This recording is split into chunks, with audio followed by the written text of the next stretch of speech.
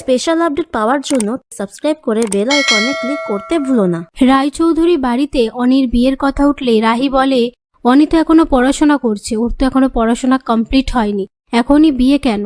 তখন কনক বলে, তুমি রাধুকে বাঁচিয়েছো, এর জন্য তোমার কাছে আমরা সত্যিই কৃতজ্ঞ, তবে তুমি এ ব্যাপারে একদম ঢুকতে যেও না। পাশ থেকে রাহুল সেই একই কথা বলতে থাকলে হঠাৎ করে অনি বলে দেয় যে আমি এই বিয়ে করতে পারবো না, আমি অন্য কাউকে ভালোবাসি। তখন কনক বলে, না, তোর জীবনে কেউ নেই, তুই কাউকে ভালোবাসিস না। পাশ থেকে রাহুল বলে, তুই কি কাউকে ভালোবাসিস? তাহলে বল সেই কথা। কিন্তু অনি রাহুল ও রাহির সম্পর্কের কথা ভেবে বলে যে না, আমি কাউকে ভালোবাসি না, আমি ঘাবড়ে গিয়ে বলে ফেলেছি এই কথা। কথায় কথায় রাজীব বলে, তুমিও তো একজনকে পছন্দ করেছিলে, কি হলো এর পরিণাম দেখলে তো? তখন রাহি বলে, সবাই তো এক নাও হতে পারে। রাজীব বলে, বাবা মায়ের প্রতি সন্তানের যে কি চিন্তা তোমরা বাবা মা হওনি তো, তাই বুঝতে পারোনি, যেদিন হবে তখন বুঝতে পারবে। এই নিয়ে তারা কথা বলতে থাকে। ওদিকে মিমো বলে, তুই সত্যিটা কেন বলে দিলি না?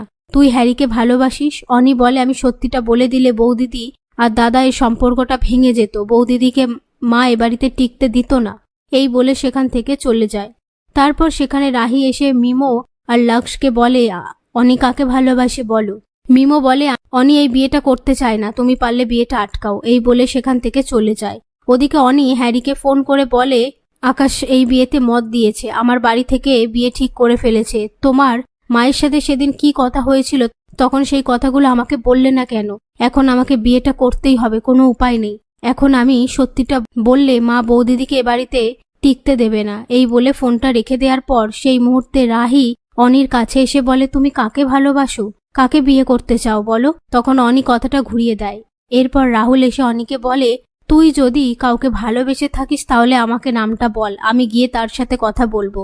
অনি বলে, আমি ভয় পেয়ে গিয়েছিলাম, এর জন্য এই ধরনের কথা বলে দিয়েছি, কাউকে ভালোবাসি না। রাহুল বলে, এরকম নার্ভাস আমারও হয়েছিল বিয়ের আগে, তাই বলে এরকম কেউ বলে? তারপর কনক রাজীবকে বলে, যত তাড়াতাড়ি সম্ভব তুমি আশীর্বাদের দিনটা ঠিক করো। এসব কথার মধ্যে জিয়া এসে রাহুলকে বলে, জানিস আজকে একটা ভালো বিজনেস ডিল পেয়েছি।